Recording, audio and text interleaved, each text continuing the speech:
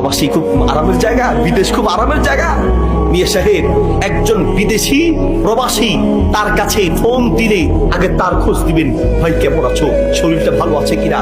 কারণ একজন প্রবাসীর সবচেয়ে বড় অভাব, ঠিক আছে টাকার তার অভাব নাই, সুন্দর জায়গা পরিদর্শনের তার অভাব নাই, কিন্তু সবচেয়ে বড় অভাব মায়ার অভাব, ভালোবাসার অভাব, আন্তরিকতার অভাব, ঠিক কিনা? অসুস্থ হলে পরে সেই প্রবাসী লোকটাকে একটু মাথায় পানি দেওয়ার লোকটা খুঁজে পাওয়া যায় না। বহু প্রবাসীর জীবন এমন কেটেছে, সামান্য জ্বর হয়েছে, সেই জ্বরে একটু পানিটা নিয়ে খাবে সেই ব্যবস্থা নেই। যে ঘরে ছিল একা, সেই ঘরে রাস্তা পচে দুর্গন্ধ বের হয়েছে, তারপরে মানুষ বুঝতে পেরেছে যে এই ঘরে একটা মানুষ মারা গিয়েছে, ঠিক কিনা? কাউকে যে বলবে সেই লোকটা খুঁজে পায় না। আরে বাংলাদেশের জেলখানা ওই প্রবাসের চেয়ে ভালো আছে।